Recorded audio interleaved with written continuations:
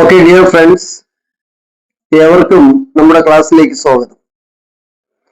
ഇന്ന് ഒരു GK വിത്ത് current affairs class എടുക്കാനാണ് ഞങ്ങൾ എത്തിയിരിക്കുന്നത്. എന്നോടൊപ്പം ഈ ക്ലാസ്സിൽ പങ്കെടുക്കുന്നതിന് ശ്രുതി എത്തിയിട്ടുണ്ട്. ശ്രുതി വേണുഗോപാൽ നേരത്തെ പല പ്രാവശ്യം നമ്മുടെ ഈ ക്ലാസ്സിൽ വന്നിട്ടുള്ള വ്യക്തിയാണ്. അതുപോലെ തന്നെ വിനീത് ക്യാമറ കൈകാര്യം ചെയ്യാനായിട്ട് നിൽപ്പുണ്ട്. ഞങ്ങൾ ഈ ക്ലാസ് സവിസ്തരം സമ്പൂർണം എന്ന രീതിയിൽ എടുക്കാൻ പോവുകയാണ്. ഒരു പക്ഷേ നിങ്ങളിത് കേട്ട് മടുത്തതായിരിക്കും, പക്ഷെ ഞങ്ങൾ വിടില്ല. വീണ്ടും വീണ്ടും ഞങ്ങളിത് പറഞ്ഞുകൊണ്ടേയിരിക്കും. അത് ഞങ്ങളുടെ ലക്ഷ്യമാണ്. കാരണം ഞങ്ങളിത് സാമ്പത്തിക നേട്ടത്തിന് വേണ്ടി ചെയ്യുന്നതല്ല. നിങ്ങളുടെ മനസ്സിൽ ഈ ഓരോ ചോദ്യങ്ങളും ആഴ്ന്നിറങ്ങി നിങ്ങൾ പരീക്ഷ എഴുതി ജയിക്കാൻ വേണ്ടിയാണ് ഞങ്ങൾ ഈ ശ്രമം നടത്തുന്നത്. അപ്പൊ ഇനി നമുക്ക് കൂടുതൽ പറയണ്ട. എന്താ ശ്രുതി, നമുക്ക് വിഷയത്തിലേക്ക് കിടക്കാം. ആദ്യത്തെ ക്വസ്റ്റ്യനിലേക്ക് കടക്കുകയാണ്. കേന്ദ്ര മന്ത്രിസഭ, അതിന്റെ ഉത്തരവാദിത്വം ആരോടാണ്? ലോക്സഭയോടാണ്. ശരി, കേന്ദ്ര മന്ത്രിസഭയുടെ ഉത്തരവാദിത്വം, അതായത് കളക്റ്റീവ് റെസ്പോൺസിബിൾ ടു ലോക്സഭ. കേന്ദ്ര മന്ത്രിസഭയുടെ ഉത്തരവാദിത്വം ലോകസഭയോടാണ്. ലോകസഭയോടാണ്. ആ ലോകസഭയുടെ അടിയിൽ വരയിട്ടിട്ട് താഴോട്ട് നമ്മൾ ഇവിടെ എഴുതും പോലെ തന്നെ ഒരു ആരോ ഇടും. ആ ലോകസഭയ്ക്ക് പറയുന്ന പേരാണ് തോന്നുന്നു house of the people. House of the people. House of the people. ഈ ഹൗസ് ഓഫ് ദ പീപ്പിൾ നിലവിൽ വന്ന വർഷം കൂടെ അതിന്റെ താഴോട്ട് ആരോട്ട് എഴുതുന്നു? 1952 ഏപ്രിൽ 17. ഏപ്രിൽ 17 നിലവിൽ വന്നത് അല്ലേ? ഏപ്രിൽ 17. ഏപ്രിൽ 17ന്റെ പ്രത്യേകത എന്താണെന്ന് ഏപ്രിൽ 17 അടിയിൽ വരയിടൂ. നിങ്ങൾ ഈ കേൾക്കുന്ന കുട്ടികൾ കാസർഗോഡ്, മലപ്പുറം എല്ലാവരും മനസ്സിലാക്കുക. ഞങ്ങൾ ഇങ്ങനെയാണ് ഇവിടെ പഠിക്കുന്നത്. ഉടനെ തന്നെ ആ ഏപ്രിൽ 17ന്റെ അടിയിൽ വരയിട്ടു. എന്തോന്നാണ്? ഹീമോഫീലിയ ദിനം. ഹീമോഫീലിയ ദിനം. ഹീമോഫീലിയ ദിനം. ഹീമോഫീലിയ ദിനം ഏപ്രിൽ 17. ഏപ്രിലിന് വേറെ എന്തെങ്കിലും പ്രത്യേകതകൾ ഉണ്ടോ? അങ്ങോട്ട് എഴുതാൻ വേണമെങ്കിൽ ഏപ്രിൽ 7 ലോകാരോഗ്യ ദിനം. ഓഹോ, ലോകാരോഗ്യ ദിനം എന്നായിരുന്നു അത്? 1948 ഏപ്രിൽ 7-നാണ് WHO നിലവിൽ വരുന്നത്. World health organisation. ഈ വേൾഡ് ഹെൽത്ത് ഓർഗനൈസേഷന്റെ ആസ്ഥാനം എവിടെയാണ്? ജനീവ. ജനീവ സ്വിറ്റ്സർലൻഡിലാണ് അല്ലേ?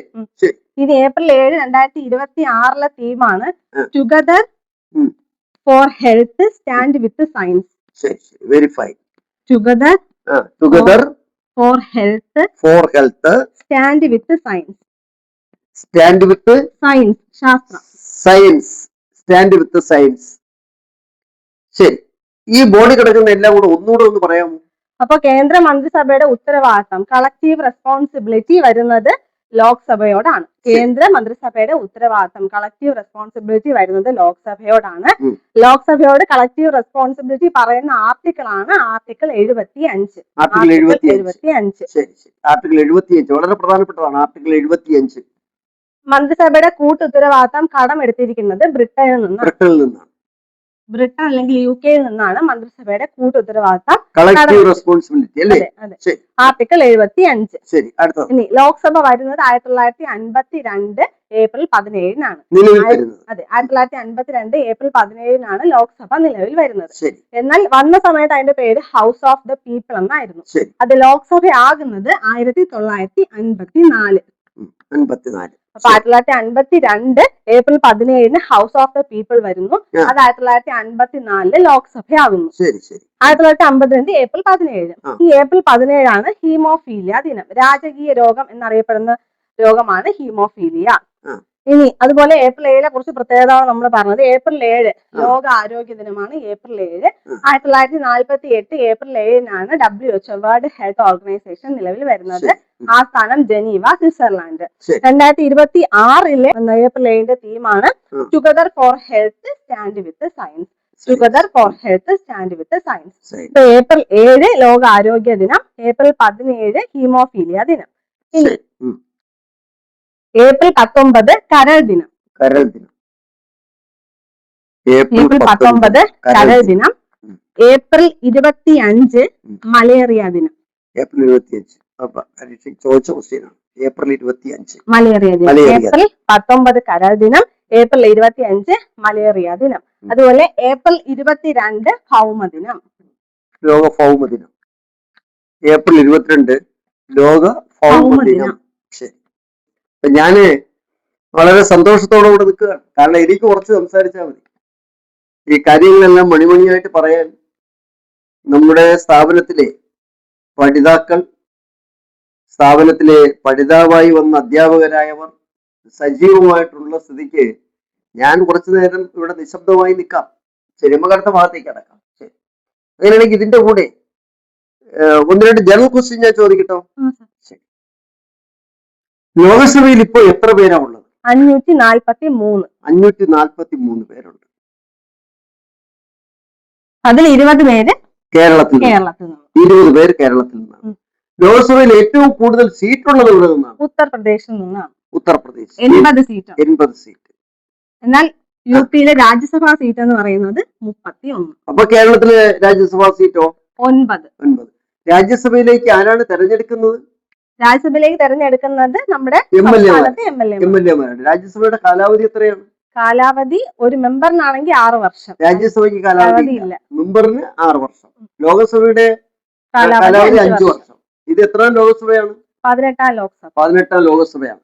18ാം ലോകസഭയുടെ സ്പീക്കറായി പ്രവർത്തിക്കുന്ന ആരാ? ഓം ബിർളയാണ്. ഡെപ്യൂട്ടി സ്പീക്കർ ആരാണ്? ഡെപ്യൂട്ടി സ്പീക്കർ ഇല്ല. ഡെപ്യൂട്ടി സ്പീക്കർ ഇപ്പോ ലോകസഭയ്ക്ക് ഇല്ല എന്നുള്ളതാണ് സത്യാവസ്ഥ. അപ്പൊ ഇനി നമുക്ക് രാജ്യസഭയിലേക്ക് കടന്നാൽ എന്താ? അടിച്ചിട്ട് രാജ്യസഭയ്ക്കാണ് കൗൺസിൽ ഓഫ് സ്റ്റേറ്റ് എന്നറിയപ്പെടുന്നത്. രാജ്യസഭ, കൗൺസിൽ ഓഫ് സ്റ്റേറ്റ്, ഇതൊക്കെ ഞങ്ങൾ നേരത്തെ പറഞ്ഞിട്ടുള്ളതാണ്, വീണ്ടും പറയുകയാണ്. കൗൺസിൽ ഓഫ് സ്റ്റേറ്റ് എന്നറിയപ്പെടുന്നു. രാജ്യസഭ വരുന്നത് 1952 ഏപ്രിൽ 3. ഏപ്രിൽ 3-നാണ് കൗൺസിൽ ഓഫ് സ്റ്റേറ്റ് ആയി രാജ്യസഭ വരുന്നത്. അത് രാജ്യസഭ എന്ന പേര് മാറ്റുന്നത് 1954. രാജ്യസഭ എന്നുള്ള പേര് മാറ്റിയത്. രാജ്യസഭയിൽ ആകെ അംഗങ്ങൾ എത്രയാണ്? 245. അതില് 9 പേര് കേരളത്തിൽ നിന്ന്. 9 പേര് കേരളത്തിൽ നിന്ന്. രാജ്യസഭയിലേക്ക് എത്ര പേര് നോമിനേറ്റ് ചെയ്യുന്നു? 12 പേരെ പ്രസിഡന്റ്. അപ്പോ 233 പ്ലസ് 12. 233 പ്ലസ് 12. ഈ 12 പേരെ നോമിനേറ്റ് ചെയ്യാനുള്ള അവകാശം ആർക്കാണ്? പ്രസിഡന്റിനാണ്. ഈ നോമിനേഷൻ എന്ന ആശയം കടമെടുത്തത് എവിടെ നിന്നാണ്? പ്രസിഡന്റ് രാജ്യസഭയിലേക്കുള്ള നോമിനേഷൻ എടുത്തത് അയർലൻഡിൽ നിന്നാണ്. അയർലൻഡിൽ നിന്ന് വേറെ എന്തോ കടമെടുത്തിട്ടുണ്ടല്ലോ, മറന്നു. അയർലൻഡിൽ നിന്ന് കടമെടുത്തിട്ടുള്ളത് 1 രാജ്യസഭയിലെ നോമിനേഷൻ, 2 പ്രസിഡന്റിന്റെ ഇലക്ഷൻ, 3 രാഷ്ട്രനിർദ്ദേശക തത്വങ്ങൾ. ഈ രാഷ്ട്രനിർദ്ദേശക തത്വങ്ങൾ ഏത് പാർട്ടിലാണ് കിടക്കുന്നത്? പാർട്ട് 4. രാഷ്ട്രനിർദ്ദേശക തത്വങ്ങൾ ആർട്ടിക്കിൾ ഏത് മുതൽ ഏത് വരെയാണ്? 36 മുതൽ 51 വരെ. 1 വരെയാണ് രാഷ്ട്രനിർദ്ദേശക തത്വങ്ങൾ. ശരി, നമുക്ക് ഇനി രാജ്യസഭയിലേക്ക് തിരിച്ചു വരാം. അതുപോലെ ലോക്സഭ, രാജ്യസഭയുടെ കാലാവധി പറയുന്ന ആർട്ടിക്കിളാണ് ആർട്ടിക്കിൾ 83. ആർട്ടിക്കിൾ 83ന്റെ പ്രത്യേകത ഒന്നുകൂടെ പറയും. ലോക്സഭ, രാജ്യസഭ എന്ന പാർലമെന്റ് സഭകളുടെ കാലാവധി പറയുന്ന ആർട്ടിക്കിളാണ് ആർട്ടിക്കിൾ 83. ആർട്ടിക്കിൾ 83. അപ്പൊ ആർട്ടിക്കിൾ 75 ആർട്ടിക്കിൾ 75 എന്ന് പറയുന്നത് മന്ത്രിസഭയുടെ കളക്റ്റീവ് റെസ്പോൺസിബിലിറ്റി, കൂട്ടു ഉത്തരവാദിത്തത്തെ കുറിച്ച് പറയുന്നു. ശരി, ഈ രാജ്യസഭയെ കുറിച്ച് ഞാൻ ഒരു ക്വസ്റ്റ്യൻ കൂടെ തന്നെ എടുത്ത് ചോദിക്കുകയാണ്. രാജ്യസഭ സ്ഥിരം സഭ എന്ന് പറയാനുള്ള കാരണം എന്താണ്? ഇത് അടിച്ചിട്ടെടുക്കുക. ഒരു ക്വസ്റ്റ്യൻ ചോദിക്കാൻ പറ്റിയതാണ്. ലോകസഭ സ്ഥിരസഭയിൽ 5 വർഷത്തേക്കാണ്. 18ാം ലോകസഭ 5 വർഷം കഴിയുമ്പം പോകും. രാജ്യസഭ സ്ഥിരസഭയാണ്. എന്തുകൊണ്ടാണ് രാജ്യസഭ സ്ഥിരസഭ എന്ന് പറയുന്നത്? 1. 2, ഈ രാജ്യസഭയുടെ അധ്യക്ഷൻ ആരാണ്, അതിന്റെ ഉപാധ്യക്ഷൻ ആരാണ്, ആ കാര്യങ്ങളെല്ലാം കൂടെ ഒന്ന് ഓടിച്ചു പറഞ്ഞാൽ നമ്മളെ മലപ്പുറംകാർക്ക് എളുപ്പമായിരിക്കും. രാജ്യസഭ നമ്മൾ പറഞ്ഞു കൗൺസിൽ ഓഫ് സ്റ്റേറ്റ് ആണ് രാജ്യസഭ എന്ന് പറയുന്നത്. രാജ്യസഭയെ കുറിച്ച് പറയുന്ന ആർട്ടിക്കിൾ ആണ് ആർട്ടിക്കിൾ 80. ആർട്ടിക്കിൾ 80. രാജ്യസഭ എന്ന് പറയുന്നത് ഒരു സ്ഥിരം സഭയാണ്. കാരണം ഒരു കാലാവധി അനുസരിച്ച് സഭയെ പിരിച്ചുവിടുന്നില്ല. ഓരോ അംഗത്തിനും 6 വർഷത്തെ കാലാവധിയുണ്ട്. എന്നാൽ സഭയ്ക്ക് ഓരോ 2 വർഷം കഴിയും തോറും 3-1 അംഗങ്ങൾ പിരിഞ്ഞു പോയി പകരം അംഗങ്ങൾ വന്നു ചേരുകയാണ്. അപ്പൊ രാജ്യസഭ സ്ഥിരസഭ എന്ന് പറയാനുള്ള കാരണം രാജ്യസഭാ അംഗങ്ങളിൽ 3/1 ഭാഗം അംഗങ്ങൾ ഓരോ 2 വർഷവും പിരിഞ്ഞു പോകും. പകരം അംഗങ്ങൾ ഇങ്ങനെ വന്നു ചേരും. വീണ്ടും 2 വർഷത്തിനകത്ത് 3/1 ഭാഗം അംഗങ്ങൾ പിരിഞ്ഞു പോകും, പകരം അംഗങ്ങൾ വന്നു ചേരും. അതുകൊണ്ട് രാജ്യസഭ സ്ഥിരം സഭയാണ്. ശരിയാണ്. അടുത്ത രാജ്യസഭയുടെ ചെയർമാനാണ് vice president. Ex officio chairman. Vice president. ഇപ്പോഴത്തെ രാജ്യസഭാ ചെയർമാൻ ആരാണ്? ഇപ്പോഴത്തെ രാജ്യസഭയുടെ ചെയർമാൻ എന്ന് പറയുന്നത് CP രാധാകൃഷ്ണൻ. രാജ്യസഭയുടെ ഡെപ്യൂട്ടി ചെയർമാൻ ആരാണ്? ഹരിവൻഷ് നാരായൺ സിംഗ്. ഇവിടെ ഒരു ക്വസ്റ്റ്യൻ ഞാൻ ശ്രുതിയുടെ അടുത്ത് ചോദിക്കുകയാണ്. രാജ്യസഭയുടെ ചെയർമാൻ താൻ പറഞ്ഞു വൈസ് പ്രസിഡന്റ് ആണ്. ഓക്കെ, ഡെപ്യൂട്ടി ചെയർമാൻ ഉണ്ട്. ഡെപ്യൂട്ടി ചെയർമാൻ എത്ര വർഷം തുടരാം? ഡെപ്യൂട്ടി ചെയർമാൻ എന്ന് പറയുന്നത് 6 വർഷം മെമ്പറാണ്. അപ്പൊ 6 വർഷം തുടരാം, കാരണം അദ്ദേഹം രാജ്യസഭാ മെമ്പറാണ്. അതേസമയം രാജ്യസഭയുടെ ചെയർമാൻ എന്ന് പറയുന്നത് വൈസ് പ്രസിഡന്റ് ആണ്, രാജ്യസഭാ അംഗമല്ല. അതുകൊണ്ട് എത്ര വർഷം തുടരാൻ പറ്റും? 35 വയസ്സ് കഴിഞ്ഞാൽ രാജ്യസഭയുടെ ചെയർമാൻ അല്ലെങ്കിൽ വൈസ് പ്രസിഡന്റ് ആകാൻ പറ്റും. വൈസ് പ്രസിഡന്റിന്റെ വയസ്സ് എത്രയാണ്? 35. പ്രസിഡന്റ് 35. ഗവർണർ 35. ഇന്ത്യൻ പ്രധാനമന്ത്രിയാകാൻ 25. മുഖ്യമന്ത്രിയാകാൻ 25. രാജ്യസഭാ അംഗമാകാൻ 30. ശരി, ഇനി നമുക്ക് വിഷയത്തിലേക്ക് വരാം.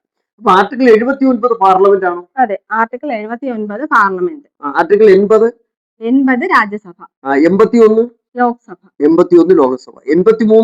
83 ആണ് നമ്മളിപ്പോ പറഞ്ഞത് രാജ്യസഭ, ലോക്സഭ എന്നീ പാർലമെന്റ് സഭകളുടെ കാലാവധി. ഇരു സഭകളുടെയും കാലാവധിയെ കുറിച്ച് പറയുന്നതാണ് ആർട്ടിക്കിൾ 83. എന്നാൽ ജോയിന്റ് സിറ്റിങ്ങോ? 108 ആണ്. ശരി, നമുക്ക് ഇനി അടുത്ത വിഷയത്തിലേക്ക് വരാം. രാജ്യസഭയുടെ ഇലക്ഷൻ എന്ന ആശയം കടമെടുത്ത് തുടങ്ങുന്നത്. രാജ്യസഭ ഇലക്ഷൻ കടമെടുത്തത് സൗത്ത് ആഫ്രിക്കയിൽ നിന്ന്. ഭേദഗതി സൗത്ത് ആഫ്രിക്ക. ഭേദഗതിയുടെ ആർട്ടിക്കിൾ എത്രയാണ്? 368 ആണ് ഭേദഗതി, ഭരണഘടനാ ഭേദഗതി. അത് ഏത് പാർട്ടിലാണ്? 20. പാർട്ടി 20-ലാണ് ആ ഭേദഗതി കിടക്കുന്നത്. ഒരു ആർട്ടിക്കിൾ മാത്രമുള്ള പാർട്ടാണ് പാർട്ട് 20. ആർട്ടിക്കിൾ 368 മാത്രം. ആശയം കടമെടുത്തത് സൗത്ത് ആഫ്രിക്കയിൽ നിന്നാണ് കടമെടുത്തത്. ഇത് അപ്പൊ നമ്മൾ രാജ്യസഭയെ കുറിച്ചാണ് പറയുമ്പോൾ 2 ക്വസ്റ്റ്യൻ കൂടെ അവിടെ ചോദിക്കാം. ഇന്ത്യൻ പ്രസിഡന്റ്, ഇന്ത്യൻ പ്രധാനമന്ത്രി, രണ്ടുപേരുണ്ടല്ലോ. ഇതിൽ ഡി ഫാക്ടോ ആരാണ്? ഡി ജൂറെ അധികാരി ആരാണ്? ഡി ഫാക്ടോ എന്ന് പറയുന്നത് അധികാരം യഥാർത്ഥത്തിൽ കൈയാളുന്ന ആള്, അത് പ്രധാനമന്ത്രി. In real times. De jure president. By law, നിയമത്തിന്റെ അടിസ്ഥാനത്തിൽ രാജ്യത്തിന്റെ ഹെഡ് എന്ന് പറയുന്നത് പ്രസിഡന്റ് ആണ്, അദ്ദേഹം ഡി ജൂറെയാണ്. ഡി ഫാക്ടോ എന്ന് പറയുന്നത് യഥാർത്ഥത്തിൽ ആരാണ്? പ്രധാനമന്ത്രിയാണ്. ഈ വക കാര്യങ്ങളാണ് നമ്മൾ തുടക്കത്തിൽ സംസാരിച്ചത്. നമുക്കിനി അടുത്ത ഭാഗത്തേക്ക് പോയാൽ എന്താ? ഈ കേന്ദ്ര മന്ത്രിസഭയെ കുറിച്ച് പറഞ്ഞപ്പോഴത്തേക്ക് 2 കാര്യങ്ങൾ ഞാൻ തന്നെ എടുത്ത് ചോദിക്കുകയാണ്. ഈ മന്ത്രിമാരുടെ എണ്ണം നിജപ്പെടുത്തിയിട്ടുണ്ട്. അത് കൂറുമാറ്റ നിരോധന നിയമവുമായി ബന്ധപ്പെട്ടതാണ്. അതായത് ഈ 10ാം ഷെഡ്യൂളിലാണ് കൂറുമാറ്റം പറഞ്ഞിരിക്കുന്നത്. കൂറുമാറ്റത്തെ കുറിച്ച് പറഞ്ഞിരിക്കുന്ന ഭരണഘടനാ ഭേദഗതി 52ാം ഭരണഘടനാ ഭേദഗതി 1985-ലാണ്. 52ാം ഭരണഘടനാ ഭേദഗതി 1985-ലാണ് കൂറുമാറ്റത്തെ കുറിച്ച് പറയുന്ന ഷെഡ്യൂൾ 10 ആണ്. ആകെ 12 ഷെഡ്യൂളാണ് ഇന്ത്യൻ ഭരണഘടനയിലുള്ളത്. ചോദിച്ചോട്ടെ, ഈ കൂറുമാറ്റത്തെ ശക്തിപ്പെടുത്താനാണ് 91ാം ഭരണഘടനാ ഭേദഗതി 2003. ഈ 91ാം ഭരണഘടനാ ഭേദഗതി 2003 എന്തിനെ കുറിച്ച് പറയുന്നു? ലോക്സഭാ സാമാജികരുടെ 15% മന്ത്രിമാരുടെ എണ്ണം നിജപ്പെടുത്തി. ലോകസഭയുടെയും നിയമസഭയുടെയും 15% മാത്രമേ മന്ത്രിമാരാകാൻ പാടുള്ളൂ. അത് ലിമിറ്റ് ചെയ്തിട്ടുണ്ട്. ഈ 15% രാജ്യസഭയുമില്ല, കൗൺസിൽ ഓഫ് സ്റ്റേറ്റും ഇല്ല. ആമേ കറക്റ്റ്? 788 പേരാണ് മൊത്തം ലോകസഭാ അംഗങ്ങൾ, പാർലമെന്റ് അംഗങ്ങൾ. മൊത്തം 788 പേര്. അതിൽ 543 പേരാണ് ലോകസഭാ അംഗങ്ങൾ. ആമേ കറക്റ്റ്? ഓക്കെ, ശരി. അപ്പൊ നമുക്ക് കേന്ദ്ര മന്ത്രിസഭയെ കുറിച്ച് പറഞ്ഞതുകൊണ്ട് 1-2 ചെറിയ ക്വസ്റ്റ്യൻസ് കൂടി നമുക്ക് ഇതിന്റെ കൂടെ ചേർക്കാം. കേന്ദ്ര മന്ത്രിസഭയിൽ കേരളത്തിൽ നിന്ന് എത്ര പ്രതിനിധികളാണ് ഇപ്പോൾ ഉള്ളത്? 2 പേര്. ആരൊക്കെയാണ്? സുരേഷ് ഗോപിയും ജോർജ് കുര്യനും. സുരേഷ് ഗോപി എന്ന് കിട്ടിയത്. സുരേഷ് ഗോപി ലോകസഭയിലേക്ക് മത്സരിച്ച് ജയിച്ചത് എവിടെ നിന്നാണ്? തൃശ്ശൂരിൽ നിന്നാണ് മത്സരിച്ച് ജയിച്ചത്. ഈ സുരേഷ് ഗോപി കൈകാര്യം ചെയ്യുന്ന വകുപ്പുകൾ നമ്മളെ ആളൊക്കെ മറന്നുപോയി കാണും. Petroleum and natural gas, tourism. ഈ പെട്രോളിന് വില കൂടിയതിന് സുരേഷ് ഗോപിക്ക് വല്ല കൈ കൊണ്ടാ? ഇല്ല. അത് അവിടുത്തെ വാറാണ്, ഇറാനിലെ വാറാണ് സംഭവിച്ചത്. ശരിയല്ലേ? വിലയൊക്കെ കൂടിക്കൊണ്ടേയിരിക്കും. നമുക്കിപ്പോ എന്ത് ചെയ്യാൻ പറ്റും? എന്തായാലും സുരേഷ് ഗോപി കൈകാര്യം ചെയ്യുന്ന വകുപ്പ് 1 പെട്രോളിയം, പ്രകൃതിവാതകം, ടൂറിസം. ഈ ടൂറിസത്തിന്റെ ക്യാബിനറ്റ് മിനിസ്റ്റർ ആരാണ്? ഗജേന്ദ്ര സിംഗ് ഷെഖാവത്ത് അതിന്റെ ക്യാബിനറ്റ് മിനിസ്റ്ററാണ്. അപ്പൊ ഗജേന്ദ്ര സിംഗ് ഷെഖാവത്തിന്റെ മന്ത്രി കാര്യാലയത്തിലെ ഒരു സഹമന്ത്രി മാത്രമാണ് ആര്? സുരേഷ് ഗോപി. അദ്ദേഹം കൈകാര്യം ചെയ്യുന്ന വകുപ്പുകൾ ഏതൊക്കെയാണ്? പെട്രോളിയം, പ്രകൃതിവാതകം, ടൂറിസം. ഈ ലോക ടൂറിസം ഡേ എന്നാണ്. ലോക ടൂറിസം ഡേ സെപ്റ്റംബർ 27. സെപ്റ്റംബർ 27 ലോക ടൂറിസം ഡേ. സെപ്റ്റംബർ 27. ഇനി ദേശീയ ടൂറിസം ഡേ എന്നാണ് ജനുവരി 25. ജനുവരി 25. അതൊക്കെ നോക്കി പഠിച്ചോളണം. ലോക ടൂറിസം ഡേ സെപ്റ്റംബർ 27. ദേശീയ ടൂറിസം ഡേ ജനുവരി 25. ശരി, അപ്പൊ ഒരു മന്ത്രി കഴിഞ്ഞു. ഇനി അങ്ങനെയാണെങ്കിൽ നാച്ചുറൽ ഗ്യാസ് മിനിസ്ട്രിയുടെ ക്യാബിനറ്റ് മന്ത്രി ആരാണ്? ഹർദീപ് സിംഗ് പുരി. ഹർദീപ് സിംഗ് പുരി. ഹർദീപ് സിംഗ് പുരി. പെട്രോളിയത്തിന്റെയും പ്രകൃതിവാതകത്തിന്റെയും രണ്ടിന്റെയും ക്യാബിനറ്റ് മിനിസ്റ്റർ എന്ന് പറയുന്നത് ഹർദീപ് സിംഗ് പുരിയാണ്. അപ്പൊ ടൂറിസം ഗജേന്ദ്ര സിംഗ് ഷെഖാവത്ത്. അപ്പൊ ഗജേന്ദ്ര സിംഗ് ഷെഖാവത്തിന്റെയും ഹർദീപ് സിംഗ് പുരിയുടെയും ഓഫീസിൽ മാറി മാറി ആര് ജോലി ചെയ്യുന്നുണ്ട്?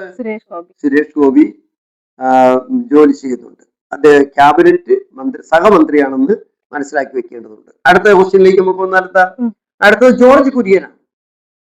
ജോർജ് കുര്യൻ കേന്ദ്രമന്ത്രിയാണ്. ഒരു പ്രധാനപ്പെട്ട പ്രശ്നം ജോർജ് കുര്യൻ പറയട്ടെ. ജോർജ് കുര്യൻ എം പി ആണ്, member of parliament, Rajya Sabha M P ആണ്. എവിടെ നിന്നുള്ള രാജ്യസഭാ അംഗം? മധ്യപ്രദേശിൽ നിന്നുള്ള രാജ്യസഭാ അംഗം. PH ചോദിക്കാൻ പറ്റിയൊരു ക്വസ്റ്റ്യനാണ്. മധ്യപ്രദേശിൽ നിന്നാണ് രാജ്യസഭാ അംഗം. അപ്പൊ വേറൊരു ക്വസ്റ്റ്യൻ ഞാൻ ചോദിച്ചോട്ടെ. മധ്യപ്രദേശിൽ നിന്നാണ് രാജ്യസഭയിലേക്ക് തെരഞ്ഞെടുത്തതെങ്കിൽ ഈ ജോർജ് കുര്യന്റെ വോട്ടർ പട്ടികയിലെ പേര് എവിടെയായിരിക്കും? മധ്യപ്രദേശിലായിരിക്കും. ഇനി അദ്ദേഹത്തിന് കേരളത്തിൽ മത്സരിക്കണമെങ്കിൽ, രാജ്യസഭയിലേക്ക് മത്സരിക്കണമെങ്കിൽ വോട്ടർ പട്ടികയിൽ കൊണ്ടുവരണം കേരളത്തിൽ. ശരി, ലോകസഭയിലാണെങ്കിൽ എന്ത് ചെയ്യാം? എവിടെ വേണമെങ്കിലും നമുക്ക് മത്സരിക്കാം. എവിടെ ആയാലും വോട്ടർ പട്ടികയിൽ പേരുണ്ടായിരുന്നാൽ മതി. ശരി, അപ്പൊ നമുക്ക് അടുത്ത ഭാഗത്തേക്ക് പോകാം. ജോർജ് കുര്യന്റെ വകുപ്പ് ഏതൊക്കെയാണ്? വകുപ്പ് ഫിഷറീസ്, മൃഗസംരക്ഷണം, ന്യൂനപക്ഷക്ഷേമം. ഇതപ്പോ രണ്ട് പ്രധാനപ്പെട്ട വകുപ്പുകളാണ്. ഫിഷറീസും മൃഗസംരക്ഷണവും ഒന്ന്, ന്യൂനപക്ഷ കാര്യം മറ്റൊന്ന്. അങ്ങനെയാണെങ്കിൽ ന്യൂനപക്ഷ വകുപ്പ് മന്ത്രി ആരാണ്? കിരൺ റിജിജു. ക്യാബിനറ്റ് മിനിസ്റ്ററാണ് കിരൺ റിജിജു ആണ് ന്യൂനപക്ഷകാര്യ ക്യാബിനറ്റ് മിനിസ്റ്റർ. ഫിഷറീസ് മൃഗസംരക്ഷണ ക്യാബിനറ്റ് മിനിസ്റ്റർ ആരാണ്? രാജീവ് രഞ്ജൻ സിംഗ് അല്ലെങ്കിൽ ലാലൻ സിംഗ് എന്ന് അദ്ദേഹത്തെ അറിയപ്പെടും. ലാലൻ സിംഗ്. നമുക്ക് അടുത്ത ഭാഗത്തേക്ക് ഒന്ന് കടന്നാൽ എന്താ? ശരി, അടുത്ത ഭാഗം എന്ന് പറയുന്നത് നാഷണൽ കമ്മീഷൻ ഫോർ മൈനോറിറ്റീസ്, ദേശീയ ന്യൂനപക്ഷ കമ്മീഷൻ. അതിനെ കുറിച്ചാണ് പറയാൻ പോകുന്നത്. നാഷണൽ ന്യൂനപക്ഷ കമ്മീഷന്റെ ആക്ട് വരുന്നത് എന്നാണ്? National commission for minorities act 92. ആകെ അംഗങ്ങൾ എത്രയാണ്? 7 പേരാണ്. ഒരു 6+1 അല്ലെങ്കിൽ 1+1+5. ഒരു ചെയർമാൻ, ഒരു വൈസ് ചെയർമാൻ, 5 അംഗങ്ങൾ. കാലാവധി 3 വർഷം. അടുത്തത്, അപ്പൊ chairman of the national commission for minorities Iqbal Singh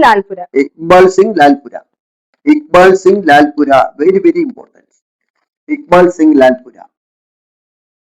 ഇനി ഞാൻ ശ്രുതിയുടെ അടുത്ത് ചോദിക്കുന്നത്, ഏതൊക്കെയാണ് ഇന്ത്യയിൽ ഈ മൈനോറിറ്റി കമ്മ്യൂണിറ്റീസ്? മൈനോറിറ്റി കമ്മ്യൂണിറ്റീസ് എന്ന് എഴുതുക. ന്യൂനപക്ഷ സമുദായങ്ങൾ. 6 ന്യൂനപക്ഷങ്ങളാണുള്ളത്. ഒന്ന് മുസ്ലിം, ക്രിസ്ത്യൻ, സിഖ്, പാഴ്സി, ബുദ്ധിസ്റ്റ്, ജൈന മതക്കാർ, ബുദ്ധമതക്കാർ, പാഴ്സികൾ, സിഖുകാർ, Christians and Muslims are minority communities in India. അപ്പോൾ അങ്ങനെയാണെങ്കിൽ മറ്റൊരു ക്വസ്റ്റ്യൻ തന്നെ ചോദിക്കാനുള്ള എന്താണെന്ന് അറിയാമോ? ഈ മൈനോറിറ്റീസിനെ കുറിച്ച് പറയുന്ന ആർട്ടിക്കിൾസ് ഏതൊക്കെയാണ്? 29, 30. ആർട്ടിക്കിൾ 29, 30 മൗലികാവകാശത്തിലാണ് വരുന്നത്. ആർട്ടിക്കിൾ 29 ന്യൂനപക്ഷങ്ങളുടെ ഭാഷ, ലിപി, സംസ്കാരം എന്നിവയെ സംരക്ഷിക്കാനുള്ള. ആർട്ടിക്കിൾ 30 ഇവർക്ക് വിദ്യാഭ്യാസ സ്ഥാപനങ്ങൾ തുടങ്ങാനുള്ള അവകാശത്തെ കുറിച്ചാണ് ആർട്ടിക്കിൾ 30 പറയുന്നത്. ശരിയാണ്. ന്യൂനപക്ഷ കമ്മീഷൻ വരുന്നത് 1993 മെയ് 17. ഇക്ബാൽ സിംഗ് ലാൽപുരയാണ് ഇപ്പോഴത്തെ അതിന്റെ chairman. National commission for minorities act വരുന്നത് 92-ലും കമ്മീഷൻ വരുന്നത് 93 മെയ് 17. ശരി, മെയ് 17. അത് വളരെ പ്രധാനപ്പെട്ടതാണ്. എല്ലാവരും ഒന്ന് ഓർമ്മിച്ച് വെച്ചേക്കുക. ഇനി നമുക്ക് അടുത്ത ക്വസ്റ്റ്യനിലേക്ക് പോകാം. അടുത്ത ക്വസ്റ്റ്യൻ നോക്കൂ. നിങ്ങൾ ഇതുവരെ കേൾക്കാത്തൊരു ക്വസ്റ്റ്യൻ പറയാൻ പോവുകയാണ്. പക്ഷെ ഇത് പരീക്ഷയ്ക്ക് ചോദിക്കും. എന്താണെന്ന് വെച്ചാല് കേന്ദ്ര ജീവനക്കാരുമുണ്ട്, സംസ്ഥാന ജീവനക്കാരുമുണ്ട്. കേന്ദ്ര ജീവനക്കാർക്ക് ശമ്പള പരിഷ്കരണം 10 വർഷത്തിലൊരിക്കലാണ്. കേന്ദ്ര ജീവനക്കാർക്ക് 60 വയസ്സ് വരെ തുടരാം. പെൻഷൻ പ്രായം 60 വയസ്സാണ്. സംസ്ഥാന ജീവനക്കാർക്ക് പെൻഷൻ ഉള്ളവർക്ക് 56, പെൻഷൻ ഇല്ലാത്തവർക്ക് 60 വയസ്സ് വരെ തുടരാം. ഇപ്പൊ നിങ്ങളൊക്കെ സർവീസ് വരുമ്പോൾ എത്ര വയസ്സ് വരെ തുടരാം? 60 വയസ്സ് വരെ തുടരാം. അതേസമയം നേരത്തെ ജോയിൻ ചെയ്തവരാണെങ്കിലോ 56 വയസ്സ് വരെ തുടരാൻ പറ്റുള്ളൂ. അപ്പൊ 5 വർഷത്തിനൊരിക്കൽ സംസ്ഥാന പേ കമ്മീഷൻ വരും, സംസ്ഥാന ശമ്പള കമ്മീഷൻ. അതുപോലെ തന്നെ കേന്ദ്ര ശമ്പള കമ്മീഷൻ 10 വർഷത്തിലൊരിക്കലാണ് വരുന്നത്. എന്റെ ക്വസ്റ്റ്യൻ ഇതാണ്, ഇത് കേന്ദ്രത്തിലേത് എത്രാം ശമ്പള കമ്മീഷനാണ്? നിലവിൽ കേന്ദ്രത്തേത് 8ാമത്തെ ശമ്പള കമ്മീഷനാണ്. 8th പേ കമ്മീഷൻ. അതെ, പേ കമ്മീഷൻ. അതിന്റെ ചെയർമാൻ ആരാണ്? രഞ്ജന പ്രകാശ് ദേശായി. രഞ്ജന പ്രകാശ് ദേശായി. അതിന്റെ അടിയിൽ എഴുതിയിട്ടോട് PSC 1 മാർക്ക്. PSC ക്വസ്റ്റ്യൻ പേപ്പറിൽ എവിടെയോ ഇത് വന്നിട്ടുണ്ട്. രഞ്ജന പ്രകാശ് ദേശായി റിട്ടയർഡ് ജഡ്ജിയാണ് ഇല്ലേ? ഈ കേന്ദ്ര ശമ്പള കമ്മീഷനിൽ എത്ര പേരാണുള്ളത്? 3 പേരാണുള്ളത്. 3 പേരാണുള്ളത്. ഇതിനു മുമ്പുള്ള 7th പേ കമ്മീഷൻ ഉണ്ട്, AK മാത്തൂർ. അത് ഫോർമർ സുപ്രീം കോടതി ജസ്റ്റിസ് ആയിരുന്നു. 8ാം പേ കമ്മീഷൻ ആദ്യമായിട്ട് കൊണ്ടുവന്ന സംസ്ഥാനം എന്ന് പറയുന്നത് ആസാം. ശരി, അടുത്തത് നമ്മൾ കേരള. ഇതൊന്നുകൂടെ പറയും. അപ്പോ നിലവിലുള്ളത് 8ാമത്തെ പേ കമ്മീഷൻ ആണ്. അതിന്റെ അധ്യക്ഷൻ രഞ്ജന പ്രകാശ് ദേശായി. 3 പേരാണ് 8ാമത്തെ പേ കമ്മീഷനിൽ അംഗമായിട്ടുള്ളത്. എന്നാൽ തൊട്ട് മുമ്പ് 7ാമത്തെ പേ കമ്മീഷന്റെ ചെയർമാനായിരുന്നു AK മാത്തൂർ, സുപ്രീം കോടതി. അപ്പൊ ഇനിയിപ്പോ കേന്ദ്ര ഗവൺമെന്റ് ജീവനക്കാരുടെ ശമ്പളം ക്രമാതീതമായി വർദ്ധിക്കും, പെൻഷൻ ആനുകൂല്യങ്ങളെല്ലാം വർദ്ധിക്കും. അപ്പൊ നിങ്ങൾക്ക് പരീക്ഷയ്ക്ക് ചോദിക്കുന്നത് 8ാം കേന്ദ്ര ശമ്പള കമ്മീഷന്റെ അധ്യക്ഷൻ ആര്? രഞ്ജന പ്രകാശ് ദേശായി. ഇത് ചുവരിൽ എഴുതിയിട്ടേക്കുക, ഇത് ചോദിക്കും, ഇത് നിങ്ങൾക്ക് കിട്ടും. അങ്ങനെയാണെങ്കിൽ നമുക്ക് സംസ്ഥാന ശമ്പള കമ്മീഷനോട് പരിശോധിച്ചാൽ എന്താ? സംസ്ഥാന ശമ്പള കമ്മീഷൻ നിലവിൽ സംസ്ഥാനത്ത് 12ാമത്തെ ശമ്പള കമ്മീഷനാണ് ഈ ബഡ്ജറ്റിൽ പ്രഖ്യാപിച്ചത്. അതാണ് നിങ്ങൾക്ക് ജോലി കിട്ടുമ്പോൾ ആനുകൂല്യം വരാൻ പോകുന്നില്ലേ? 12ാം ശമ്പള കമ്മീഷന്റെ ആനുകൂല്യം 100% ശ്രദ്ധിച്ചു കിട്ടിയിരിക്കും. തീർച്ചയായും 12ാം ശമ്പള കമ്മീഷന്റെ അധ്യക്ഷൻ ആരാണ്? VP ജോയ്. എഴുതിക്കോളൂ, വലിയ എഴുതി. അദ്ദേഹം ഫോർമർ ചീഫ് സെക്രട്ടറി ആയിരുന്നു. മെമ്പേഴ്സ് എത്ര പേരാ? 2 പേര്. ആ പേര് 3 പേര്. മെമ്പേഴ്സിൽ 1 അഡ്വക്കേറ്റ് M രാജഗോപാലൻ നായർ. പേരും പഠിച്ചു വെച്ചിരിക്കുക. Advocate M Rajagopalan Nair. 2 ശ്രീലത സുകുമാരൻ. അപ്പൊ 12ാം ശമ്പള കമ്മീഷൻ ഇവിടെ, കേന്ദ്രത്തിൽ 8ാം ശമ്പള കമ്മീഷൻ. 11ാമത്തേതാണ് K മോഹൻദാസ് IAS ആയിരുന്നു അല്ലേ? K മോഹൻദാസ്. ശരി, നമുക്കിനി അടുത്ത ഭാഗത്തേക്ക് കടന്നാൽ എന്താ? അടുത്ത ഭാഗം അന്തർദേശീയ വനിതാ ദിനത്തെ കുറിച്ചാണ് സംസാരിക്കാൻ പോകുന്നത്. അന്തർദേശീയ വനിതാ ദിനം. അന്തർദേശീയ വനിതാ ദിനം എന്നാണ്? മാർച്ച് 8. അതിന്റെ തീം എന്തായിരുന്നു? Give to gain. GIV, give, കൊടുക്കുക, നേടാൻ വേണ്ടി കൊടുക്കുക. ഗീവ് ടു ഗെയിൻ, ഗെയിൻ നേടുക. GIN. When give, then we will gain. അടുത്തത് നാഷണൽ വിമൻസ് ഡേ എന്നാണ്. ദേശീയ വനിതാ ദിനം ഫെബ്രുവരി 13. ഫെബ്രുവരി 13 ദേശീയ വനിതാ ദിനം. ഈ ഫെബ്രുവരി 13 അടിയിൽ ഒരു വരയിടൂ, താഴോട്ടൊരു അരയിടൂ. അത് ആരുടെ ജന്മദിനമാണ്? സരോജിനി നായിഡുവിന്റെ ജന്മദിനമാണ്. സരോജിനി നായിഡു ഏത് സ്റ്റേറ്റിലാണ് ജനിച്ചത്? ഉത്തർപ്രദേശിലാണ്. 1879 ഫെബ്രുവരി 13 സരോജിനി നായിഡു ജനിക്കുന്നത്. ഈ സരോജിനി നായിഡുവിനെ കുറിച്ച് 2 വിശേഷണം. ഇന്ത്യയുടെ വാനമ്പാടി എന്ന് വിളിക്കുന്ന ആരെയാണ്? സരോജിനി നായിഡു. ഇന്ത്യയിലെ ആദ്യത്തെ വനിതാ ഗവർണർ ആരാണ്? Sarojini Naidu, United province Uttar Pradesh. അതേപോലെ തന്നെ ഇന്ത്യയിലെ ഇന്ത്യക്കാരിയായ INCയുടെ ആദ്യത്തെ പ്രസിഡന്റ് ആര്? Sarojini Naidu. 1925 Kanpur INC section. 1925 Kanpur INC സമ്മേളനം. ആദ്യത്തെ ഇന്ത്യക്കാരിയായ INC പ്രസിഡന്റ്. ആദ്യത്തെ വനിതാ പ്രസിഡന്റ് ആരാണ്? Annie Besant. 1917 കൊൽക്കത്ത കോൺഗ്രസ് അല്ലേ? അവരുടെ പ്രസിദ്ധീകരണങ്ങളാണ് commonwealth new India, commonwealth WEAL ആണ്, വീൽ, പൊതു നന്മ ആൻഡ് ന്യൂ ഇന്ത്യ. ശരി, നമുക്ക് അടുത്ത ഭാഗത്തേക്ക് വരാം. അപ്പോ വനിതാ ദിനത്തോടനുബന്ധിച്ച് നടന്ന ഒരു പ്രോഗ്രാമാണ് ശക്തി വാക്ക്. ശക്തി വാക്ക് മാർച്ച് 8 അന്തർദേശീയ വനിതാ ദിനത്തോടനുബന്ധിച്ച് കർത്തവ്യപഥിൽ നടന്ന പരിപാടിയാണ് ശക്തി വാക്ക്. ശക്തി വാക്ക് പണ്ടുകൂടെ നൈറ്റ് വാക്ക് നടന്നിട്ടുണ്ട്, ഓർമ്മയുണ്ടോ കേരളത്തിൽ? ശക്തി വാക്ക്. ശരി, അത് കർത്തവ്യപഥിലാണ്. കർത്തവ്യപഥിന്റെ പഴയ പേരെന്താണ്? കർത്തവ്യത്തിന്റെ പഴയ പേരാണ് രാജ്പഥ്. രാജ്പഥ്. ഈ ശക്തി വാക്ക് നേതൃത്വം നൽകിയത് വനിതാ ശിശു വികസന മന്ത്രാലയം. അവരുടെ കീഴിലാണ് നടന്നത് അല്ലേ? അതെ, അതിന്റെ മന്ത്രിയാണ് അന്നപൂർണ ദേവി. കേന്ദ്ര വനിതാ ശിശുക്ഷേമ മന്ത്രിയാണ്, പറയൂ. അന്നപൂർണ ദേവി. അന്നപൂർണ ദേവി. അന്നപൂർണ ദേവി. ശരി, നമുക്ക് അടുത്തൊരു ക്വസ്റ്റ്യനിലേക്ക് പോവാം. ഇതൊക്കെ നിങ്ങൾ ഫോളോ ചെയ്യുന്നുണ്ടോ? ജോലി വേണ്ടേ? 100% ജോലി വേണം. അതുകൊണ്ട് ശക്തിയായി നോക്കുക. ഒരു കാര്യം കൂടെ ഇടയ്ക്ക് ഞാൻ പറയുന്നത് ശ്രുതി, എന്താണെന്നറിയാം? നമ്മൾ 2020 ഈ ക്ലാസ് തുടങ്ങിയപ്പോഴത്തേക്ക് പലരും പറഞ്ഞു കുറച്ചു നാളെ കഴിയുമ്പോഴത്തേക്ക് നമ്മൾ ഇതൊക്കെ പറ്റിക്കലായിരിക്കും, നമ്മൾ ആപ്പ് തുടങ്ങും, ആപ്പിൽ ആകർഷിക്കാനാണ് ഇത് ചെയ്യണമെന്ന് എല്ലാവരും പറഞ്ഞു. നിങ്ങളൊക്കെ പറഞ്ഞു കാണും, ശരിയല്ലേ? പക്ഷെ നമ്മൾ 2020 ഒക്ടോബർ 15 മുതൽ 4 വരെ അങ്ങനെ ഒരെണ്ണം ചിന്തിച്ചിട്ടേ ഇല്ല.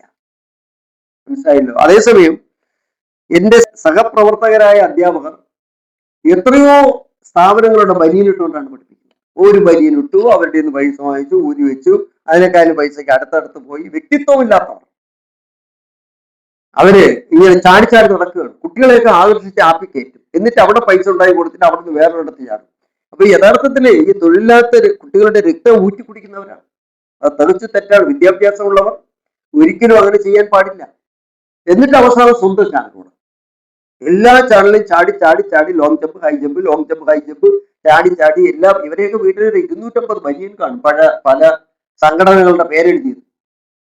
എന്റെ മനുഷ്യന്മാര് തൊലിക്കട്ടി കൂടെ അപാരം തന്നെയാണ് കേട്ടോ, പറയാതിരിക്കാൻ ഒരു നിവൃത്തിയില്ല. നിങ്ങൾ ഈ പറ്റിക്കുന്നത് എത്തുപിടിയില്ലാത്ത തൊഴിലില്ലാത്ത ചെറുപ്പക്കാരെയാണ് നിങ്ങൾ ഈ പറ്റിക്കുന്നത്. അവർക്ക് ചെറിയ ചെറിയ സമ്പാദ്യം ഉണ്ടാക്കി കൊടുക്കുന്നത് ഒരു താങ്ങും തണലും ഇല്ലാത്ത അച്ഛനമ്മമാരാണ്. അവരെയാണ് നിങ്ങൾ പറ്റിച്ചത്. എത്ര വർഷങ്ങളോടോ നിങ്ങൾ പറ്റിച്ചത് ഈ കുട്ടികളെ. നിങ്ങൾക്ക് ചിലർക്ക് സാമർത്ഥ്യം കാണും പഠിപ്പിക്കാൻ, നിങ്ങളുടെ സാമർത്ഥ്യത്തിന്റെ അടുത്തെങ്കിൽ ഞങ്ങളാരും എത്തൂല, അതൊക്കെ ശരിയാണ്. പക്ഷെ ആ സാമർത്ഥ്യം വെച്ച് നിങ്ങൾ കുട്ടികളെ ആകർഷിച്ച് ആപ്പി ചേർത്ത് അവിടെ മാക്സിമം പൈസ അവർക്കുണ്ടാക്കി കൊടുത്ത് അവിടെ നിന്ന് ഊറ്റിയെടുത്ത് അടുത്ത ചാനലിൽ പോയി പുതിയൊരു ബനിയനും ഒക്കെ ഇട്ട്, ഒരു ബ്രേസ്ലെറ്റ് ഒക്കെ ഇട്ട്, ഒരു കുട്ടി ചെയിനും ഒക്കെ ഇട്ട്, മനസ്സിലായില്ലേ? എന്നിട്ട് എല്ലാം സെറ്റാക്കി തരാം. ഓരോ ക്വസ്റ്റ്യൻ ചോദിച്ചിട്ട് സെറ്റായോ എന്നൊരു ക്വസ്റ്റ്യൻ ചോദിക്കും. വളരെ സന്തോഷം. ഞാൻ അഭിമാനത്തോടുകൂടി പറയുന്നു, ഒന്നുകിൽ നിർത്തും, ഇല്ലെങ്കിൽ ഇത് തുടരും. പക്ഷെ നിങ്ങളെ കയ്യിൽ നിന്ന് 1 രൂപ പോലും വാങ്ങി ഈ ക്ലാസ് നടത്തില്ല. തീർച്ചയായും നമുക്ക് വിഷയത്തിലേക്ക് തിരിച്ചു വരാം. ഡിയർ ഫ്രണ്ട്സ്, നമുക്കിനി ബുക്കർ സമ്മാനത്തെ കുറിച്ച് പരിശോധിക്കാം. ഇത് ചിലർക്ക് ഒരു കൺഫ്യൂഷൻ കേട്ടോ സ്മൃതി. ഈ ബുക്കർ സമ്മാനം ആദ്യം ഞാൻ ശ്രുതിയുടെ അടുത്ത് ചോദിക്കുന്നത്, ബുക്കർ സമ്മാനം എന്തിനു കൊടുക്കുന്നതാണ്? സാഹിത്യത്തിന് എഴുതി വെച്ചോ. അപ്പൊ ലോകത്തിലെ ഏറ്റവും വലിയ സാഹിത്യ സമ്മാനമാണ് ബുക്കർ സമ്മാനം. അതേസമയം സിനിമയ്ക്കാണെങ്കിലോ ഓസ്കാർ അവാർഡ്. സിനിമയ്ക്ക് കൊടുക്കുന്ന ഏറ്റവും പരമോന്നത അവാർഡാണ് ഓസ്കാർ അവാർഡ്. സാഹിത്യത്തിന് കൊടുക്കുന്നതാണ് ബുക്കർ സമ്മാനം. ബുക്കർ സമ്മാനം കൊടുക്കുന്ന ഏത് രാജ്യമാണ്? ബ്രിട്ടനാണ് ബുക്കർ സമ്മാനം. ശരി, 1969 മുതലാണ് ബുക്കർ സമ്മാനം കൊടുത്തു തുടങ്ങിയത്. 1969 മുതലാണ് ബുക്കർ സമ്മാനം കൊടുത്തു തുടങ്ങിയത്. കൊടുത്ത സമയത്ത് അതിന്റെ പേരെന്ന് പറയുന്നത് ബുക്കർ പ്രൈസ് ഫോർ ഫിക്ഷൻ എന്നായിരുന്നു. Booker prize for fiction novel. 1969 Booker സമ്മാനം കൊടുത്തു തുടങ്ങിയത്. ഈ ബുക്കർ എന്ന് പറയുന്നത് അവിടുത്തെ ഒരു കമ്പനിയാണ്, ശരിയല്ലേ?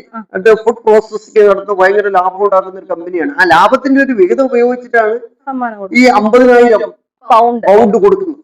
50,000 പൗണ്ടാണ് ഇതിന്റെ സമ്മാനത്തുക. എന്ന് പറയുന്നത് 123. ഒരു പൗണ്ട് 123 രൂപയാണ്. അപ്പൊ ഒരു യൂറോയോ? ഒരു യൂറോ എന്ന് പറയുന്നത് 109.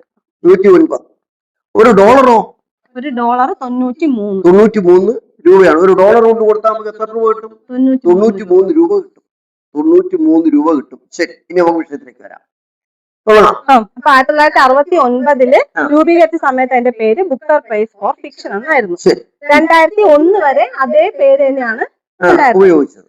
ഇനി 2001 മുതൽ 2019 വരെ മാൻ ബുക്കർ പ്രൈസ് എന്നാക്കി മാറ്റി. അപ്പൊ ശ്രുതി, മാൻ ബുക്കർ പ്രൈസും ബുക്കർ പ്രൈസും ഒന്ന് തന്നെ, അതെ, പേര് മാത്രം മാറ്റി. അതായത് ബുക്കർ എന്ന് പറയുന്ന കമ്പനി കൊടുത്തു, അതിനുശേഷം മാൻ എന്ന് പറയുന്ന കമ്പനി, അതാണ് മാൻ ബുക്കർ സമ്മാനം. തുക ചെലവഴിച്ച അവരാണ്. ഈ മാൻ എന്ന് പറയുന്ന കമ്പനിയാണ് തുക ചെലവഴിച്ചത്. അതുകൊണ്ട് തന്നെ മാൻ ബുക്കർ സമ്മാനം എന്ന് വിളിക്കും.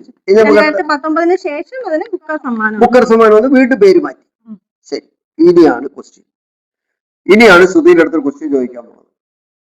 ശ്രുതി, ഈ ബുക്കർ സമ്മാനവും ഇന്റർനാഷണൽ ബുക്കർ സമ്മാനവും തമ്മിലുള്ള വ്യത്യാസം എല്ലാവരും ശ്രദ്ധിച്ചോളൂ. മലപ്പുറം, കോഴിക്കോട്, കണ്ണൂര്, പത്തനംതിട്ട, കൊല്ലം, ഇത്ര ജില്ലകളെ ഉള്ളല്ലേ? നമുക്ക് നോക്കാം. ഇടത് ഭാഗത്ത് ബുക്കർ സമ്മാനം, 2 ഇന്റർനാഷണൽ ബുക്കർ സമ്മാനം തമ്മിലുള്ള വ്യത്യാസം. ഇന്റർനാഷണൽ ബുക്കർ സമ്മാനം. ശരി, ശ്രുതി 2 കൊടുക്കുന്നത് എന്തിനാണ്? സാഹിത്യത്തിന്. എന്റെ അടുത്ത് സാഹിത്യം എന്ന് എടുത്തു.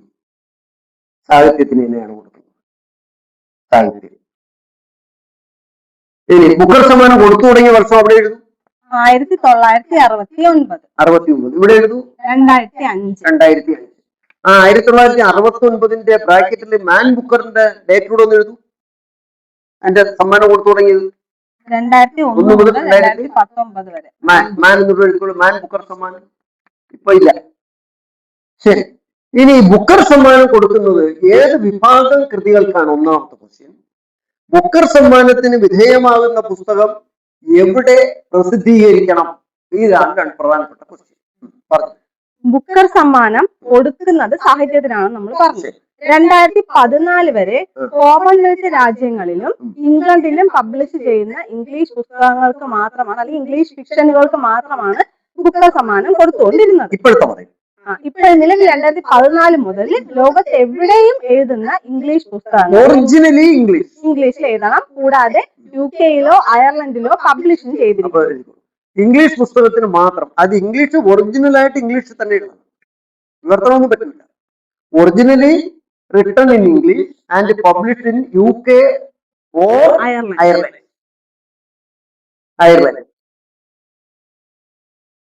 എന്തുകൊണ്ടാണെന്ന് അറിയാം? UK, അയർലൻഡിൽ ഈ പുസ്തകം പ്രസിദ്ധീകരിക്കുന്നത് വളരെ ഉത്തരവാദിത്വമുള്ള കമ്പനികളെ പ്രസിദ്ധീകരിക്കും. അപ്പൊ ഇവര് തന്നെ പ്രൊമോട്ട് ചെയ്യും. പുസ്തകത്തിന്റെ വിൽപ്പനയ്ക്ക് മറ്റും ഇവര് തന്നെ പ്രൊമോട്ട് ചെയ്യും. മനസ്സിലായോ? ലോകത്ത് സാഹിത്യ വാസന കൂട്ടാൻ, ആളുകളുടെ വായന കൂടുതൽ മെച്ചപ്പെടുത്താൻ വേണ്ടി ഈ കമ്പനിയുടെ ലാഭവിഹിതമാണ് ഇതിനു വേണ്ടി ചെലവഴിക്കുന്നത്. ഇതാണ് ബുക്കർ സമ്മാനം. അപ്പൊ ബുക്കർ സമ്മാനം എന്ന് വെച്ചാൽ, ഇവിടെ ഞാൻ ഇംഗ്ലീഷിൽ ഒരു പുസ്തകം എഴുതി പ്രസിദ്ധീകരിക്കുകയാണ്. ഇംഗ്ലീഷിലാണ് ഞാൻ എഴുതുന്നത് വിചാരിച്ചു, പ്യൂർ ഇംഗ്ലീഷ് എഴുതി ഞാൻ എവിടെ പ്രസിദ്ധീകരിക്കണം? പക്ഷേ UK-യിലോ അയർലൻഡിലോ പ്രസിദ്ധീകരിക്കണം. എങ്കിൽ ആ പുസ്തകം സെലക്ട് ചെയ്യുകയാണെങ്കിൽ എനിക്ക് എന്ത് സമ്മാനം കിട്ടും? ബുക്കർ സമ്മാനം കിട്ടും. 50,000 പൗണ്ടാണ് കിട്ടുന്നത്. ഏതാണ്ട് 54 ലക്ഷം രൂപ. അപ്പൊ ഇന്റർനാഷണൽ ബുക്കർ സമ്മാനം 2005 മുതലാണ് കൊടുത്തു തുടങ്ങിയത്. 2005 മുതലാണ് കൊടുക്കുന്നത് ഒറിജിനലി ഏതൊരു ഭാഷയിൽ എഴുതിയതായാലും ഇംഗ്ലീഷിലേക്ക് വിവർത്തനം ചെയ്തതും കൂടാതെ UK-യിലോ അയർലൻഡിലോ പബ്ലിഷ് ചെയ്തതുമായ പുസ്തകങ്ങൾ. അപ്പൊ എനിക്കൊരു സംശയം. ഞാൻ മലയാളത്തിൽ ഒരു നോവൽ എഴുതുകയാണ്, എന്റെ OMR എന്ന് പറഞ്ഞ നോവൽ എഴുതി. അതിനെ ശ്രുതി എന്ത് ചെയ്ത്? എനിക്ക് ഇംഗ്ലീഷ് വശമില്ലാത്തതുകൊണ്ട് ശ്രുതി അതിനെ ഇംഗ്ലീഷിലേക്ക് ട്രാൻസ്ലേറ്റ് ചെയ്തിട്ട് ശ്രുതി ഈ പുസ്തകം ഇംഗ്ലണ്ടിലോ അയർലൻഡിലോ പ്രസിദ്ധീകരിച്ചു എന്ന് വിചാരിക്കുക. അപ്പൊ ഈ മലയാളത്തിൽ ആദ്യം മലയാളത്തിൽ എഴുതിയ എനിക്ക് ബുക്കർ സമ്മാനം കിട്ടുമോ? എങ്ങനെ? ആ പുസ്തകം UK-യിലോ അയർലൻഡിലോ ഇംഗ്ലീഷ് എഴുതിയാണല്ലോ വിവർത്തനം ചെയ്തത്. അതിന്റെ ബുക്കിന്റെ ഫ്രണ്ടിൽ എന്ത് എഴുതിയിട്ടുണ്ട്? ഇംഗ്ലീഷിൽ തന്നെ ഇതിന്റെ ടൈറ്റിൽ എഴുതിയിട്ടുണ്ട്. അങ്ങനെയുള്ള സാഹചര്യങ്ങളിൽ വിവർത്തകയ്ക്കും ഒറിജിനലി എഴുതിയ ആൾക്കും പകുതി പൈസ വീതമായിരിക്കും. അപ്പൊ ഇപ്പൊ മലയാളത്തില് പുസ്തകം ഞാൻ മലയാളത്തിൽ എഴുതി, ഇംഗ്ലീഷിലേക്ക് വേറെ ട്രാൻസ്ലേറ്റ് ചെയ്തു. അപ്പൊ ഏത് ഭാഷയിൽ എഴുതിയാലും കുഴപ്പമില്ല, ഇല്ല, അത് ഇംഗ്ലീഷിലേക്ക് വിവർത്തനം ചെയ്യണം. അപ്പൊ ഈ വിവർത്തനം ചെയ്യുകയാണെങ്കിൽ സമ്മാനത്തുക 2ആയിട്ട് സ്പ്ലിറ്റ് ചെയ്യും. അതിൽ പകുതി ആൾക്ക് കിട്ടും, വിവർത്തകയ്ക്കും കിട്ടും, പകുതി ഒറിജിനലി എഴുതിയ ആൾക്ക് ഇവിടെ അത് എഴുതുക. ഏത് ഭാഷയിൽ എഴുതിയ കൃതിക്ക് കിട്ടും. അത് കന്നഡയാകാം, തമിഴാകാം, ഏത് ഭാഷയാകും, ലോകത്തെവിടെയും ഏത് ഭാഷയിൽ, പോർച്ചുഗീസ് ഭാഷയാകാം, ഏത് ഭാഷയാകാം, ഏത് ഭാഷയിൽ എഴുതിയതാകാം. പക്ഷെ അത് എന്ത് ചെയ്യണം, ഇംഗ്ലീഷിലേക്ക് ഒരാൾ ട്രാൻസ്ലേറ്റ് ചെയ്ത് ഇംഗ്ലണ്ടിലോ അയർലൻഡിലോ പ്രസിദ്ധീകരിക്കണം. അത് ബുക്കർ സമ്മാനത്തിന് പരിഗണിക്കും. അത് വായിച്ചു നോക്കി അതിന് ക്വാളിറ്റി ഒക്കെ ഉണ്ടെന്നുണ്ടെങ്കിൽ ബുക്കർ സമ്മാനം കിട്ടും. അപ്പൊ സമ്മാനത്തുക പകുതി ആർക്ക് കിട്ടും? വിവർത്തകയ്ക്കും പകുതി എഴുതിയ ആൾക്ക്. അപ്പൊ ഈ പുസ്തകത്തിന്റെ ഫ്രണ്ടില് ഈ വിവർത്തകയുടെ അല്ലെങ്കിൽ വിവർത്തകന്റെ പേരൂടെ എഴുതണം, വേണ്ടേ?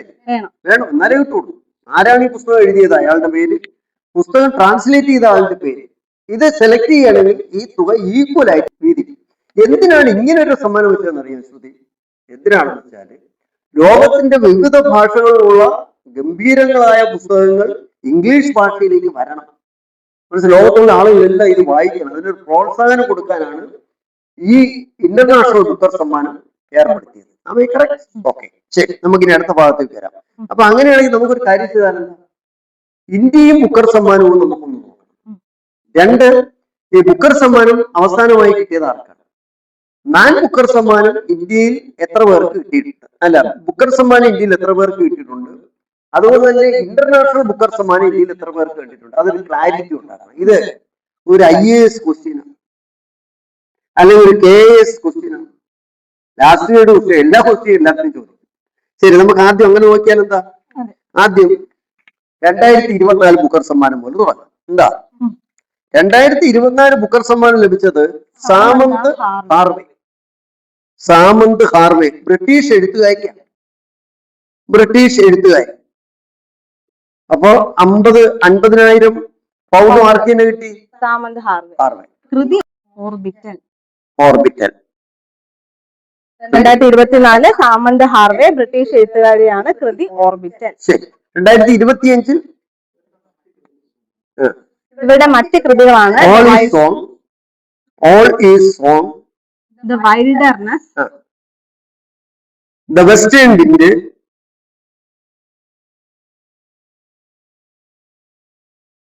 Dear Thief, പ്രിയപ്പെട്ട കള്ളൻ, THIEF, thief.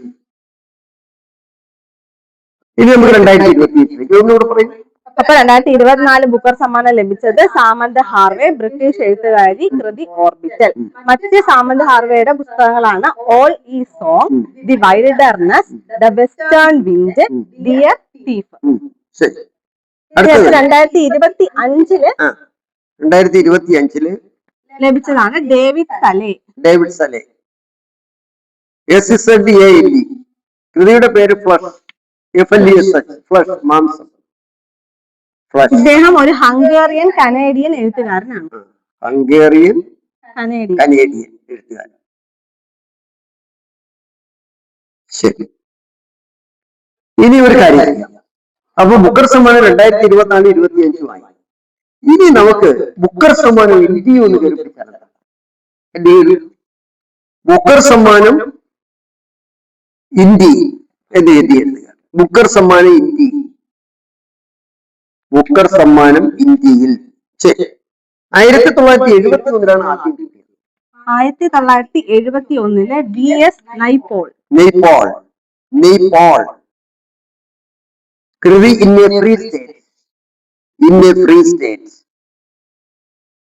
ഒരാൾക്കായി VS നൈപോൾ 1971. അടുത്തത് 1981 സൽമാൻ റുഷ്ദി. എളുപ്പമുണ്ടല്ലോ, 71, Salman Rushdie. Midnight children. Bombay തെരുവിലെ കുട്ടികളെ കുറിച്ച് എഴുതിയാണ് മിഡ് നൈറ്റ് ചിൽഡ്രൻ. ഇവർ രണ്ടുപേരും പക്ഷേ ഇന്ത്യയിൽ നിന്നുള്ളവരാണെങ്കിൽ ഇന്ത്യൻ വംശജരുടെ കൂട്ടത്തിലാണ് ഇവർക്ക്. അതെ, യഥാർത്ഥത്തിൽ VS നൈപാളും സൽമാൻ റുഷ്ദിക്കും ഇപ്പൊ ഇന്ത്യൻ പൗരത്വം ഇല്ല. അവർ ഇന്ത്യൻ ബോണാണ്. മറ്റേ സ്ഥലത്ത് പോയി പൗരത്വം സ്വീകരിച്ചു. ഓക്കെ. അടുത്ത 1997 അരുന്ധതി റോയ്. അതാണ് പ്യുവർ ഇന്ത്യൻ വംശജ, ഇന്ത്യക്കാരി. God of small things. The god of small things. ചെറിയ കാര്യങ്ങളുടെ ഉടയ തമ്പുരാൻ. അതിലെ കഥാപാത്രമാണ് ഐമനം ഗ്രാമത്തെ പറ്റി. ഐമനം ഗ്രാമം എവിടെയാണ്? കോട്ടയത്താണ് ഐമനം ഗ്രാമം. ഈ അരുന്ധതി റോയിയുടെ അമ്മയുടെ പേരെന്താണ്? മേരി റോയ്. മേരി റോയ്. ഇദ്ദേഹത്തിന്റെ പുതിയൊരു പുസ്തകമാണ് mother Mary comes to me. Mother Mary comes to me. നമ്മൾ പറഞ്ഞത് 1971 VS Naipaul in a free state എന്ന കൃതിക്ക്, 1981 Salman Rushdie midnight children. ഇവർ രണ്ടുപേരും നിലവിൽ ഇന്ത്യൻ പൗരന്മാരല്ല. 1997 Arundhati Roy the god of smart things. അയ്മന ഗ്രാമത്തെ കുറിച്ച് പറയുന്ന കൃതിയാണ് the god of smart things. കഥാപാത്രങ്ങളാണ് യെസ്തയും റാഹേലും. അരുന്ധതി റോയുടെ പുതിയ പുസ്തകമാണ് mother Mary comes to me. ശരി, അടുത്തത് 2006. അടുത്തത് നമുക്ക് 2006 ബുക്കർ സമ്മാനം ലഭിച്ചത്. 2006 Kiran Desai inheritance of loss of loss. അടുത്ത 2008 Aravind Adiga white tiger. Booker സമ്മാനം ആകെ എത്ര പേർക്ക് ലഭിച്ചിട്ടുണ്ട്? 5 പേർ. ആർക്കൊക്കെയാണ്? 1971 VS Naipaul in a free state എന്ന കൃതിക്ക്, രണ്ടാമത്തെ 1981 Salman Rushdie midnight children എന്ന കൃതിക്ക്, അത് കഴിഞ്ഞ് 1997 Arundhati Roy the god of smart things എന്ന കൃതിക്ക്, 2006 Kiran Desai inheritance of loss, 2008 Aravind Adiga the white tiger. നമ്മൾ അടുത്ത ഭാഗത്തേക്ക് പോയാൽ, അടുത്ത ഭാഗം എന്ന് പറയുന്നത് ഇന്റർനാഷണൽ ബുക്കർ സമ്മാനമാണ് പറയാൻ പോകുന്നത്. 2005 ഇന്റർനാഷണൽ ബുക്കർ സമ്മാനം കൊടുത്തു തുടങ്ങി. അതിനുശേഷം എത്ര പേർക്ക് ഇന്ത്യയിൽ കിട്ടിയിട്ടുണ്ട്? 2 പേർ. ആദ്യം കിട്ടിയത് 2022 ഗീതാഞ്ജലി ശ്രീ. അവരുടെ പുസ്തകത്തിന്റെ പേരെന്താണ്? പുസ്തകത്തിന്റെ പേരാണ് റേത്ത് സമാധി അല്ലെങ്കിൽ tomb of sand. The TOMB of Sand. അതിന് വിവർത്തനം ചെയ്ത അവളുടെ പേരൂടെ എഴുതി. Daisy Rockwell. DAISY ROCKWELL Rockwell. ഹിന്ദിയിലാണ് എഴുതിയത്. റേത്ത് സമാധി. ഹിന്ദിയിൽ ആ പുസ്തകത്തിന്റെ പേരാണ് ഏത്? The Tomb of Sand. 2022 Geethanjali Shri എഴുതിയ റേത്ത് സമാധിയുടെ ഇംഗ്ലീഷ് വിവർത്തനമാണ് ടോംബ് ഓഫ് സാൻഡ്. വിവർത്തനം ചെയ്തത് ഡെയ്സി റോക്ക്വെൽ. അപ്പൊ ഈ 50,000 പൗണ്ട് രണ്ടുപേർക്കായിട്ട് വീതിച്ചു. ശരി, ഇന്ത്യയിൽ രണ്ടാമത് ഇന്റർനാഷണൽ ബുക്കർ സമ്മാനം ലഭിച്ചത് 2025 ബാനു മുസ്താഖ് കന്നഡ എഴുത്തുകാരിയാണ്. അവരുടെ കൃതിയായ ഹാർട്ട് ലാമ്പ് ചെറുകഥാ സമാഹാരമാണ്. ഹൃദയ വിളക്ക് ചെറുകഥാ സമാഹാരമാണ്. ഇത് ചെയ്തത് ദീപ ബസ്തി. ശരി, നമുക്ക് 1-2 കൊച്ചു കാര്യങ്ങൾ നോക്കിയാൽ എന്താ? അടുത്തത് ശ്രുതി പറഞ്ഞു കൊടുക്കാനുള്ളത് 77ാമത് റിപ്പബ്ലിക് ഡേയെ കുറിച്ചാണ്. ഇന്ത്യയുടെ 77ാമത് റിപ്പബ്ലിക് ഡേ 2026 നടന്ന റിപ്പബ്ലിക് ഡേ ആണ്. ഇന്ത്യയുടെ 77ാമത്തെ റിപ്പബ്ലിക് ദിനം. 2026 ജനുവരി 26 അല്ലേ? ശരി. അതിന്റെ പ്രമേയം എന്തായിരുന്നു? വന്ദേ മാതരത്തിന്റെ 150 വർഷങ്ങൾ. 150ാം വർഷം. വന്ദേ മാതരം പ്രസിദ്ധീകരിച്ചത് 1875 നവംബർ 7. 1875 നവംബർ 7. അതിന്റെ 150ാം വർഷം തികയാണ് 2025 നവംബർ 7. ശരി, 77ാം റിപ്പബ്ലിക് ഡേയുടെ പിന്നെ ഗസ്റ്റുകൾ ആരൊക്കെ? 77ാം റിപ്പബ്ലിക് ദിനത്തിന്റെ അതിഥികൾ എന്ന് പറയുന്നത്, ഒന്ന് യൂറോപ്യൻ കമ്മീഷന്റെ പ്രസിഡന്റായ ഉർസുല വോണ്ടർലൈൻ.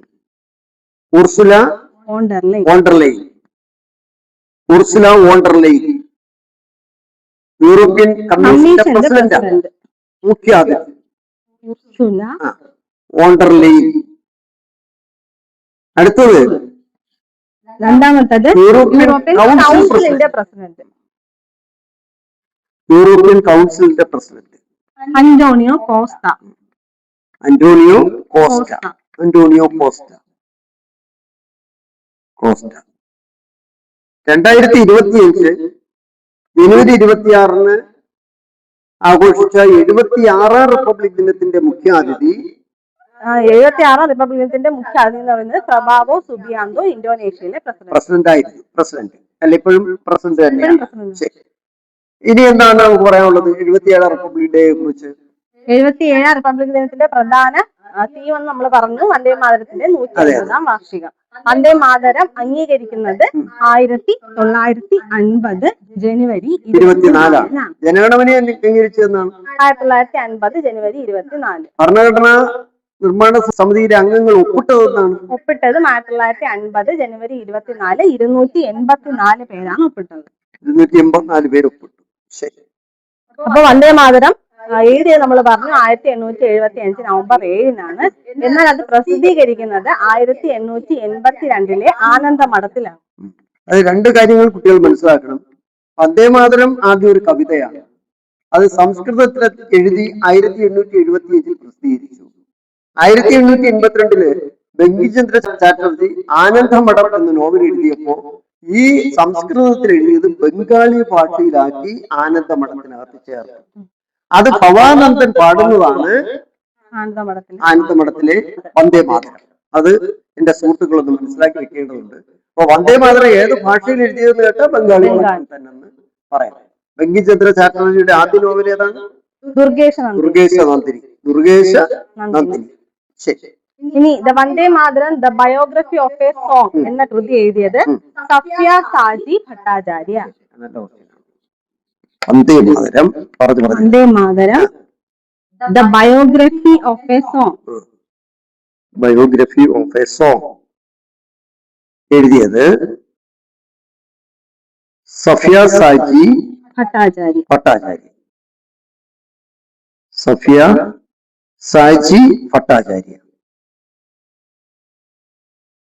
ശരി.